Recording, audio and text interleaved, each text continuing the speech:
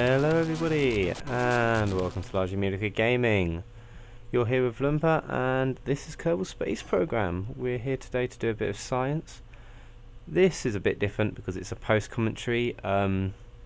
This mission... mistakes were made. I screwed up a bit, and it goes on for a long time. So... yeah, I'm doing a post commentary because my commentary during the actual thing just became non-existent because I got so frustrated with what was going on. So I'm now going to post commentate this video. So here you have our rocket for the day. This is the Scott Meyer Duna Explorer. Now this is a bit, it's not quite what you should be expecting, because if you recall last episode I said I was going to go to Jool, and we were going to look at the moons of Jool, and we were going to do some science. But I have never been to another planet before. That's my dark Kerbal Space Program secret. So instead, as practice, I aimed this time to go to Duna, and I thought that was a good sort of test of the concept, because then I could drop off my satellites, the same way I was going to with Jool, but I only had to use 2 satellites instead of 6. And it's a bit nearer, so it's a bit easier to get to. And yeah, I just felt like it'd be a bit easier if I started with something a bit simpler and I aimed for Duna. So here you go. I picked Al Kerman, who by the end of this video is my favourite freaking Kerbal, because he does so bloody well. So here you go. The ship's quite simple. We've got these massive boosters on the side with the new Rockamax engines we unlocked. I stuck some SAS on top of them to make it a bit more stable during the initial launch. You've got tri-coupled engines on the bottom. There we go, that's with me finally. Yeah. So the small Rockamax tanks, which are still twice the size of the next biggest tank, because Rockamax is just so much better. They're the same efficiency. They're not any lighter once they're empty, but I'd rather use fewer pieces. So we've got 4 of those in each booster. We've got 3 LVT-30 engines using the tri-couplers. Everything is strutted and then locked in place. There's about 1 million struts on this bloody thing. It's 133 parts. I'd say easily half of that might well be struts. Probably more, in fact. And we've got 1 T-45, just because I wanted an engine that had gimbling. Unusually, I'm not going to throttle that engine until I've already done with the boosters.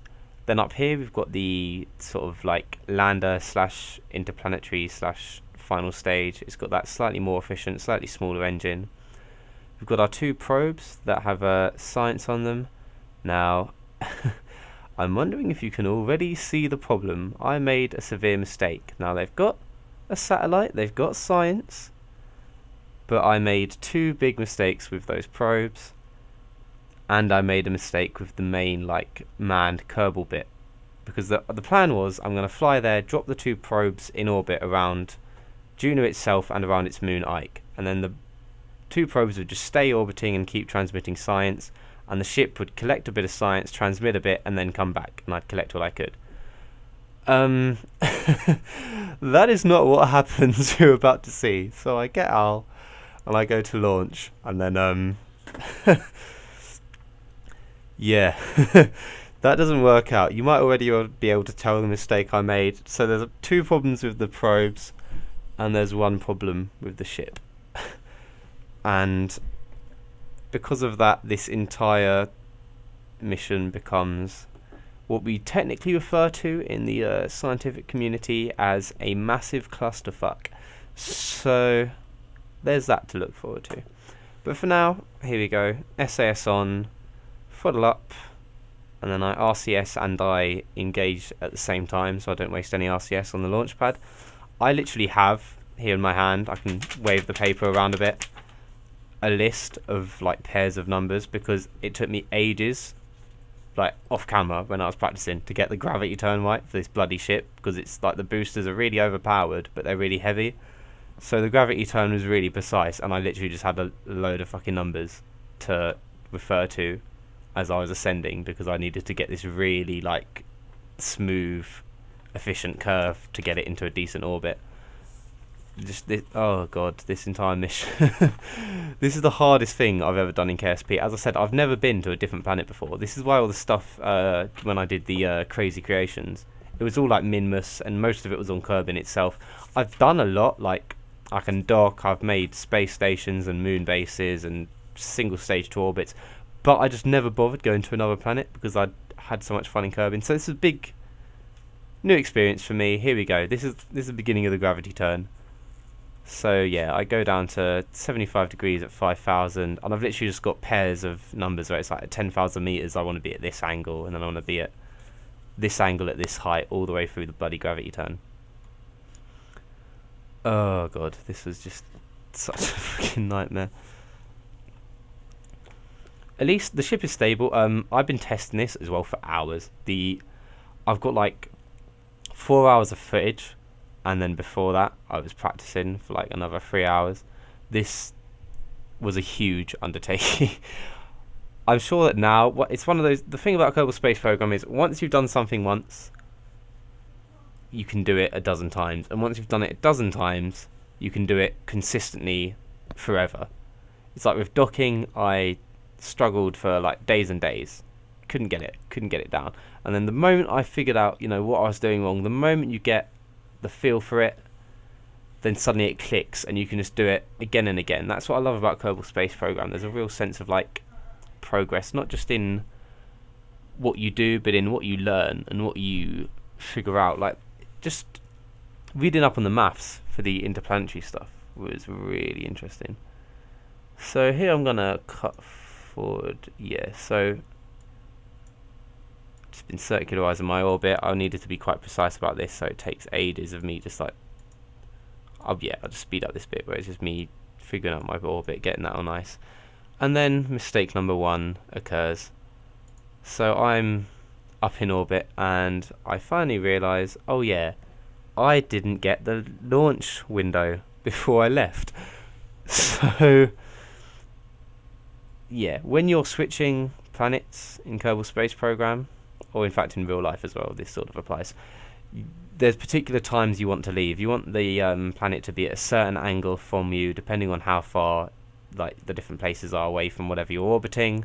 There's lots of complicated maths involved. I spent quite some time on the internet finding out, the maths and the equations and running numbers, and I came up with like a few angles that I needed to remember. But I then didn't actually wait for that to happen in the game. And at this point I then alt-tabbed out and crashed the game because I wanted to go on the internet and look for something that I needed. Oh god. So and then we come back here, and this is me figuring out the angle that I wanted for the in order to leave, because you obviously need, I'm going to what's it called? The red one. Duna. That's it. Needed to wait for it to come up. So I'm going to Duna. Now that's obviously in a higher orbit, so it moves a bit slower. So you need it to be in front of you, and you want it to be in front of you by a certain angle. Now, if you're willing to build a big enough ship, you can just have all the delta V in the world, and you can just do a Hohmann transfer until you're in the same orbit, circularize it, then just like, catch up or slow yourself down, whatever. It can be nice and easy. But I was trying to do this properly. This is my first time going to a new planet, so I wanted to do this like the proper way and get there in one effective continuous burn. And in order to do that, I needed to get the angle right. So I was literally sat here with a protractor, just like, flicking through times, trying to get the right angle. Then, once you've got the planets at the right angle, your ship needs to go at the right angle for the maneuver. And here you go. This is me setting up the maneuver node, and I find that I've got the timing wrong. So I need to pick somewhere to hit it, because I've got the timing wrong. I'm not going to hit it quite where I wanted on the opposite side of my orbit. So instead, I'm going to intersect with it at some random strange point. Now that sort of works out, and here we go. This is the maneuver I think I ultimately go with. But the better you make this transfer maneuver, the lower your speed is going to be relative to the planet you hit. So if you hit the planet and your orbital path, if you like, is at a really steep angle to the planet you're trying to move to, you're obviously traveling a lot faster relative to that planet. So, you know, if your like orbital path crosses at say 90 degrees, you're going to be traveling at a few thousand meters per second. You won't be able to slow yourself down.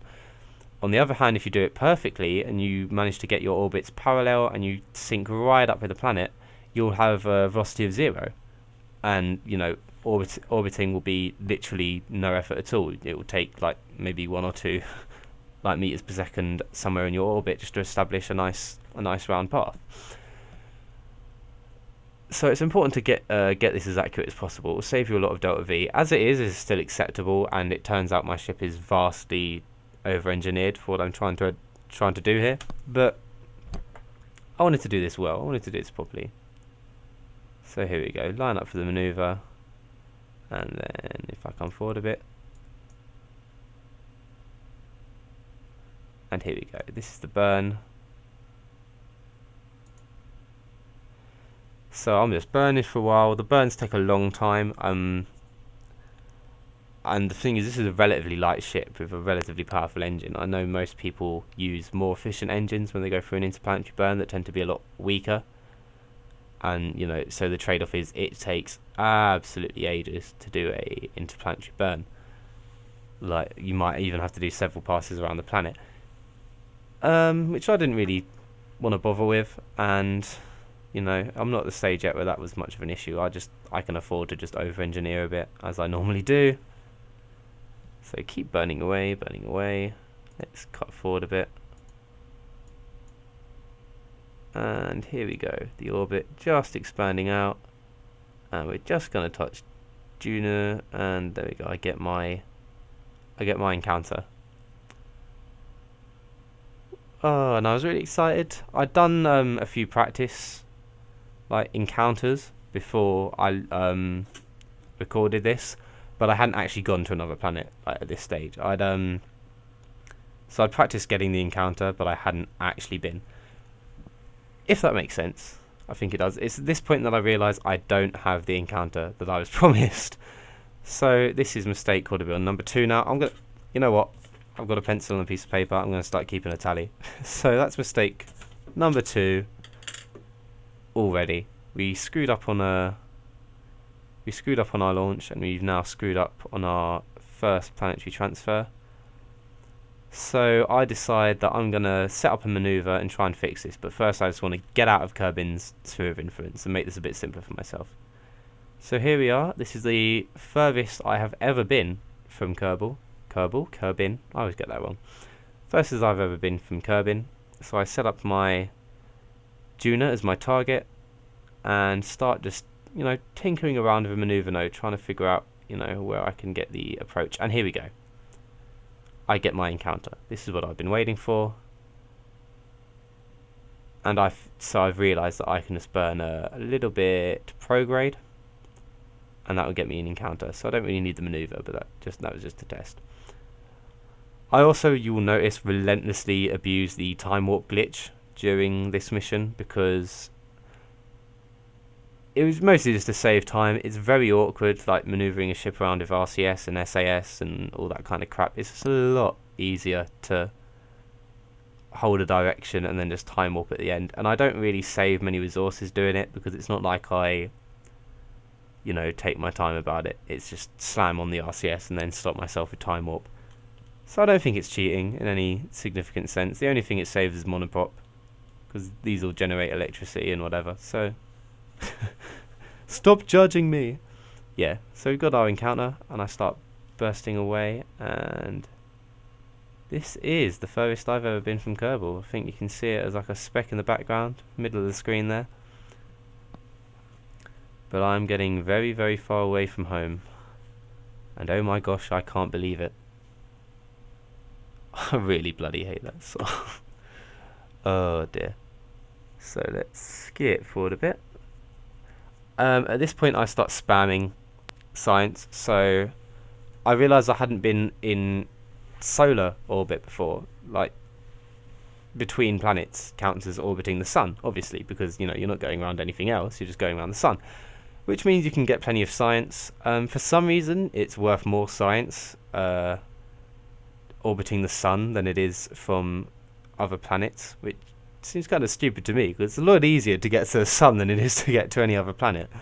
But these things they do happen. I like the science. I think that there's a few balance tweaks need to be happened though. There's things like that just don't make much sense from a balance perspective. I like the tech tree. Like, some people have complained about it. I quite like the tech tree, but the way the science is allocated feels a bit weird. It's like you'd expect rewards to reflect how hard something is to do, rather than just, they seem a bit arbitrary at the moment. But anyway, I digress. Here we go. We're zooming in to our encounter with Duna. And this is all just practice for Jool. So when the real big screw-ups come later, I'm gonna chalk it down as a learning experience. So at this point we're pretty far off, and I decide I want to get a nicer encounter with Duna. So I'm gonna adjust my orbit, just trim the inclination, trim the I suppose you'd call it the eccentricity, or I've forgotten my orbital elements. My Keplerian orbital elements, been learning about them all day, and now they fail me as I do my recording. Isn't it always the way? So here you go, I'm just messing around with the maneuver node, like, tilting up a bit, tilting down, trying to get a nice encounter, and eventually I get my periapsis a bit closer, until I'm a bit satisfied. And cutting forward again, I'll make that burn in due time. The good thing about, you'll notice if you look at the maneuver now, it's like 10 meters per second. So the good thing about these massive orbits is that very delicate changes in your speed will have massive impacts. So at this point you can do a heck of a lot with very little delta V. Like, you can trim your orbit, you can change it quite dramatically, because you're going quite fast, and yet relative to other things your speed is quite slow. So it's very efficient at this point. It takes very little thrust to achieve a lot, which is something I hadn't really experienced before, obviously, because I've only just been around Kerbal. So it was interesting to sort of see how little you need to do quite a lot when you're in a high orbit. Al Kerman, at this point, he's been flying around for well, if we include the time that I time accelerated just to get Duna in the right position, he's been around for like 3 years now in this bloody ship with no life support, no nothing. So Al Kerman, hard as nails, he's a freaking Chuck Norris of Kerbal Space Program. He might even be my new Bill Kerman, who knows. So there we go, we're approaching the Duna encounter, and just a few seconds away, and boom, we're in. So at this point, obviously, it's standard orbital insertion procedure. I just want to burn prograde, slow myself down, and get a nice orbit around Duna. I'm at a slight angle because Kerbin and Duna have ever such slightly inclined orbits relative to each other, so you won't come in exactly on a level with Duna. It's a lot worse with other planets, so I don't know how I'm going to go about doing some of them. They will be a nightmare. But for now, Duna, relatively easy. It doesn't take much of an inclination change to get you in a line of it, which is good. It's, which is nice. So here we go. This is the big delta V is slowing us down, but as you can see, because I got quite a good intercept, my relative speed isn't too bad. I'm only going at like just over 1,000 meters per second or something, so it doesn't take too much to bring me back into a nice orbit around Duna. And at this point I was fucking chiefed with myself, I was sat there, cock of the walk, master of Kerbal Space Program, the next Scott Manley, the next Kurt J. Mack. Oh yes, this was too easy, people making such a big deal about their interplanetary missions. I was so high on myself. And then we'll cut forward, I've got my nice orbit, and and I start making inclination changes. Skip forward, and then here we go. I'm in orbit around. I realise I'm in orbit around Duna. I've got, an opportunity to spam a bit more science, before I make my various adjustments and I do my various maneuvers and whatnot. So I decide I'm going to spam a bit more for science. I take my Kerman friend out for a bit of an EVA, for a bit of a dance around the ship, having a bit of fun. I like the flavour text on the science, but I always seem to get the bloody boring one where it's just you record your observations. I mean, that's just dry. But anyway, here we go. So at this point I start making an attempt to reach Ike, the moon orbiting Duna. So I make a nice little trim on my orbit and I try to get a nice intercept. I had a slightly nicer one planned out, and then Kerbal derped out a bit and I missed my moment, but whatever, it was fine. Here we go. I'm going to hit Ike, or I'm going to pass by Ike, and at this stage things are still pretty much going according to plan. And I figure, right, I've done my science around Duna, I can do some science around Ike, I can drop off my probes on the way. It's all going to turn out brilliantly.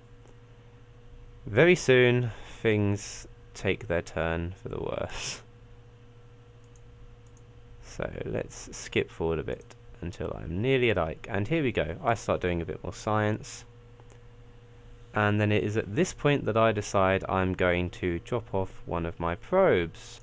So zoom in and then decouple. Doesn't move away because I've attached it weirdly so it doesn't want to shift away from the ship. That isn't the mistake though. That's fine, that's more than ignorable. The mistake is about to arrive. So I try to turn the ship. It won't throttle yet because it was too close to the other ship and it was cutting off the exhaust. So I couldn't turn the ship yet. I end up just pushing it away with my leg. And that's fine. It's a nice slow push, and it gave me a bit of breathing room, bit of space. And now I fuddle up. And this is quite exciting. I'm about to insert my probe into a nice Duna orbit. Insert my probe sounds a bit weird, doesn't it? It's alien abduction, connotations with that, aren't there? But yeah, I decide I'm tightening my orbit. I want to get it nice and low so that I'm not, there's no risk of running into Ike, which, as you'll see later, is something of an issue when you're trying to get an orbit around Duna. The nightmare of Duna. And I eventually get a nice maneuver picked out. Let's cut forward. So this is where issues start to. So I start falling up, and suddenly my cursor goes berserk. Not my cursor, my pointer on the nav ball goes really weird, and I'm thinking, what's going on here? Oh, I don't have SAS on. It's fine. And then I remember that I have not balanced the satellites properly. So I didn't want to overburden these with like 2 goo capsules when I only really needed 1, and I didn't want to put on 2 parachutes when I only thought I needed 1. And I for some reason thought they weighed roughly the same, which I still maintain I'm pretty certain they do. I did check, maybe I missed a decimal point somewhere.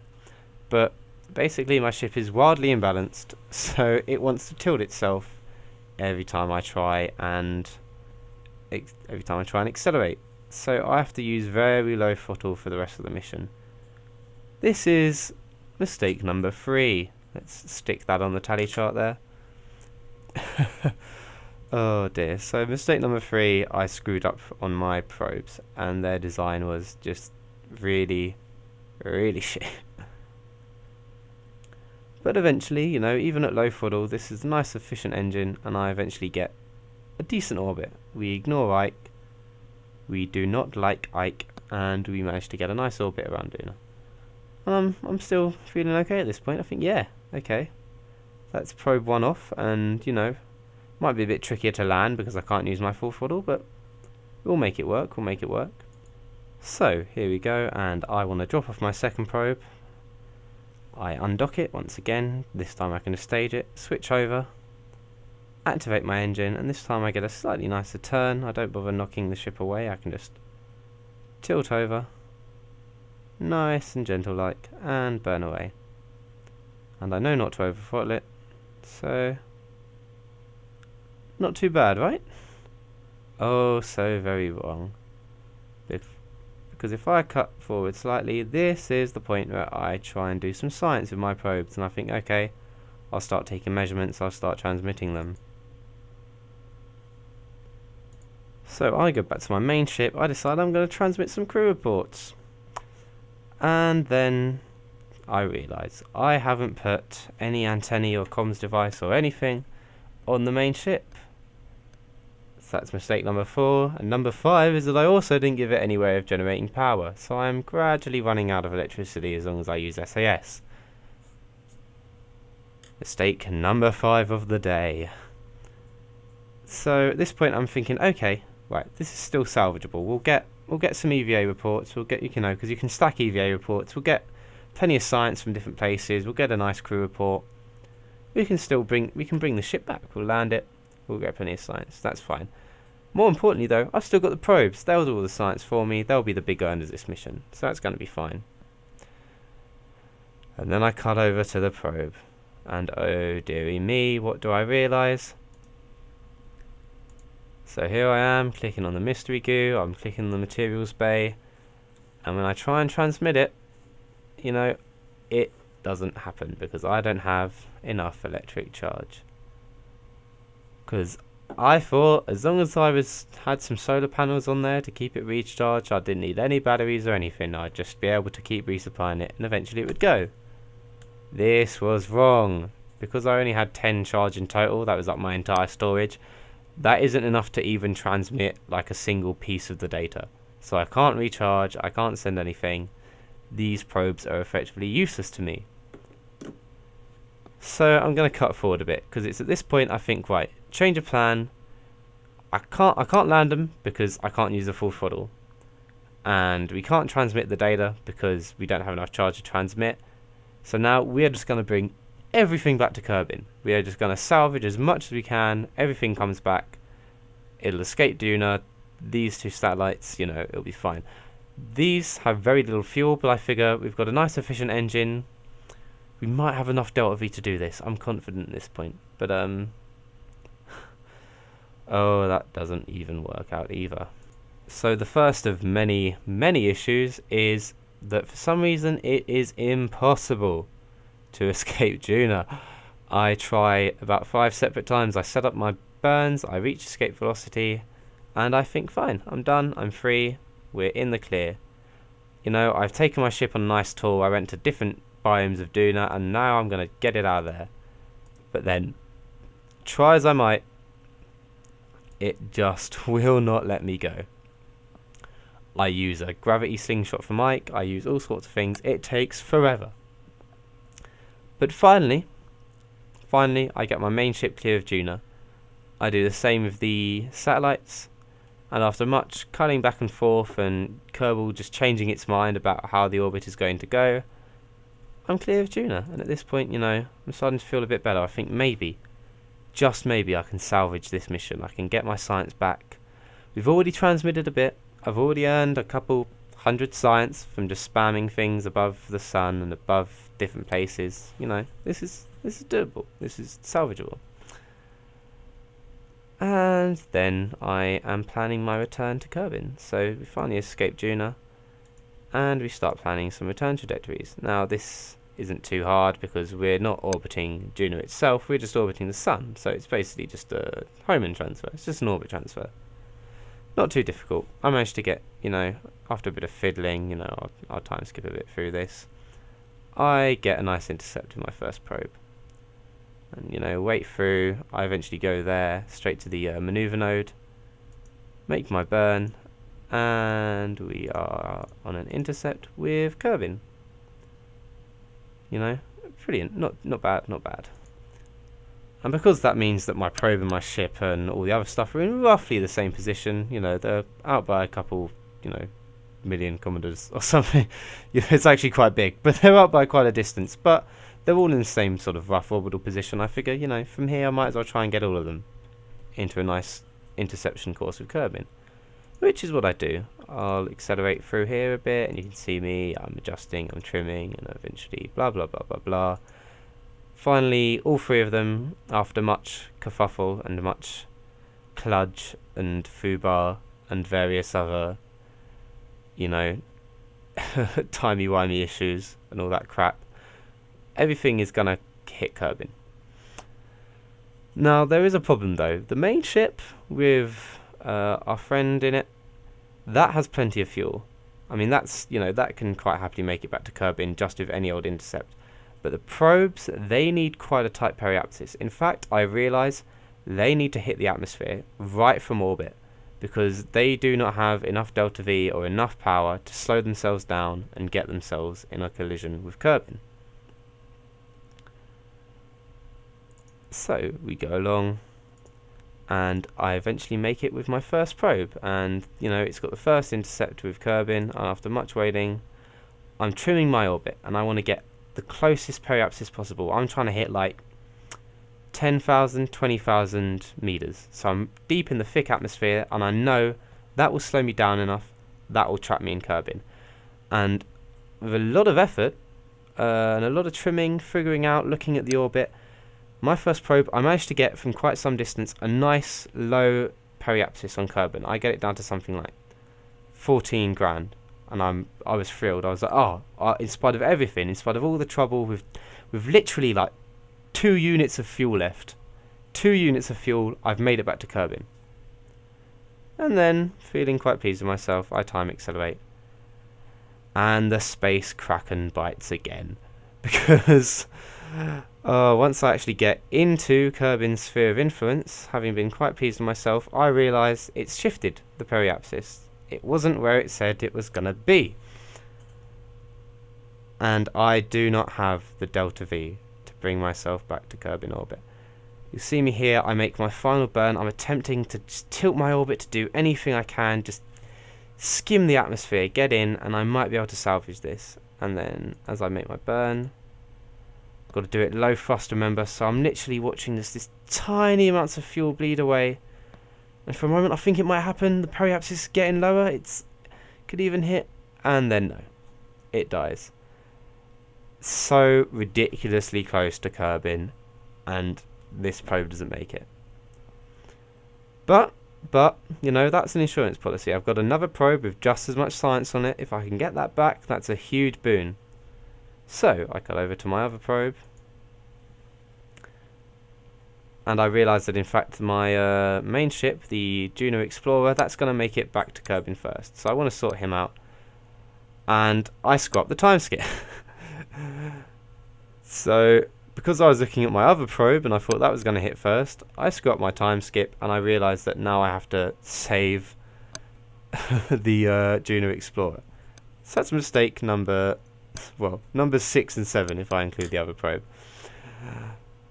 And now I just burn prograde. So I reckon I've got plenty of delta V, and actually by some miracle, you know, beyond the explanation of Kerbal scientists everywhere, I do manage to get an orbit around Kerbin. And I even then get quite a tight periapsis. I'm so far out that tweaking the periapsis is a bit difficult, but I managed to get a very, very low periapsis, somewhere deep in the atmosphere, like 14,000. You know, I'm pleased. That means that this ship, like come what may, that's going to land. That's going to reach Kerbin. So now I need to sort out my other issue, which is my second probe satellite. So I cut over to that, and I'm feeling pretty chuffed with myself, and I think this is going to work. When suddenly, while I'm monitoring, because I wasn't sure what was going to happen first, was the satellite going to go past Kerbin, or was the ship going to enter the atmosphere? Because when those things happen, I'm going to need to be monitoring it. As it happens, the satellite reached Kerbin first. And it's at this stage I realise I've left it too late to manoeuvre. So to get anywhere near to the periapsis of get anywhere near the atmosphere of Kerbin would take several thousand delta V, which I just don't have. So the second probe is a write-off. And at this point I'm getting a bit down, you know, I've lost 2 probes. But it's all about this ship. Now can we make it? So here we are. Hit the atmosphere. I'm sideways, it's spinning around a bit, but we are aerobraking. We are losing a lot of speed. We hit at something like 3,000 meters per second. This is probably the fastest re-entry I've ever done on Kerbal Space Program. Like, I know there's someone somewhere laughing and saying, you know, that's nothing, but still, this is the fastest re-entry I've seen on Kerbal Space Program in my own work. And, you know, there's massive re-entry effects. Al Kerman is losing it in the bottom right hand corner because he's terrified. There's fire. He's been in space for like 3 fucking years at this point. Can I bring him home? Can I save Al Kerman? Hero to Kerbal kind, the greatest Kerbal astronaut perhaps in history, known now more legendary even than Jebediah Kerman. He's, you know, he's been blogging from up on his station. He's been no, actually, no, I think about it. No, he hasn't, because he didn't have a comm satellite. So for the last year, he's had no communication with anyone. He's piloting this ship of his own accord. He's been, you know, trying to just desperately keep some level of control. He's kept his sanity, and now he dares to dream that he might safely return to Kerbin. I tilt slightly. I disengage the fuel tank. I think there's a bit of fuel left in it, but we don't need that anymore. Now we're just down to our monoprop, our torque, and our parachute. And at this point things get tense. I think, you know, what if the monoprop tanks are too heavy? Have I pushed this too hard? But as we drop down, the parachute opens, and straight away, under 8 meters per second, and then I know we're safe. I do a quick little suicide burn with the monoprop just at the end, but there was no real need. We've safely landed, and Al Kerman, hero to Kerbal kind everywhere, has returned to Kerbin. You know, this mission, it was a bit make or break. You know, we were practicing for Jool. We really needed to get some good science. We need new technologies, new research that can help us make the next step. And if Al Kerman hadn't made it back, he hadn't brought back his invaluable EVA reports and his crew reports, then this might have been a complete waste of time. But we lost the probes, but we saved Al Kerman. And with him, we get a total of 547 science. This is probably the most I've had so far. And I pop into the R&D lab and end up buying, I think it's the heavier rockets. So I get the next size of the Rockamax and the skipper engines. That's going to make it a lot easier when I'm making my boosters. And I think I also take the advanced electronics. So I get my nice big what are they called? XL solar panels. And that's going to help us out when we're making our probes. And we're trying to do a bit more science. So it's been a mission of many, many mistakes. I think my tally on my piece of paper here, it's up to 7. So I forgot to get the transfer window before I launched. And then I think I messed up the actual insertion burn itself and I had to fix it. Then there was all the issues with the probes. They were imbalanced and they didn't have enough fuel, and then they didn't have enough electricity, and the ship itself didn't have a comm satellite. Mistakes were made, but in true Kerbal fashion, we've salvaged what we could. We've plucked a small victory from the jaws of an epic defeat, and in doing so, we've taken ourselves to the next level. We've got some new parts. We've learnt a lot about getting between planets that I genuinely didn't have a clue about before. So next episode, if you'll join me, we're going to be starting our effort to get to Jool. I'm going to be launching, I think it's 3 separate ships. They're going to be similar to what we've seen so far. I'll make some improvements between episodes. I also think I end like 4 science points short of getting 1 more upgrade. So I'm going to show you a nice vertical takeoff jet that I've designed. I'm going to use that to go around Kerbin and pick up all the different biomes that I haven't farmed already. We're going to use all that lovely extra science, and we are going to get ready to go to Jool. We're going to get our stuff into orbit, we're going to get our window, and we're going to make our transfer. And then episode after that, we're going to be exploring the Jool system. Until then, everyone, you have been a fantastic audience. I've been Lumper. This has been Kerbal Space Program Science Mode, thanks to the 0.22 update.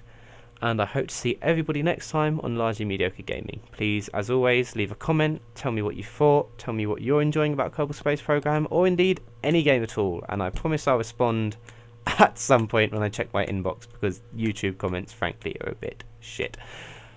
But for now, bye-bye. Seriously though, Al Kerman is like the fucking boss, man. I'm gonna like buy him some, booze and whores. He deserves it. That's what you'd want, isn't it? You've been away from the planet for like 4 years on your own, no contact. I think he could do with some booze and whores.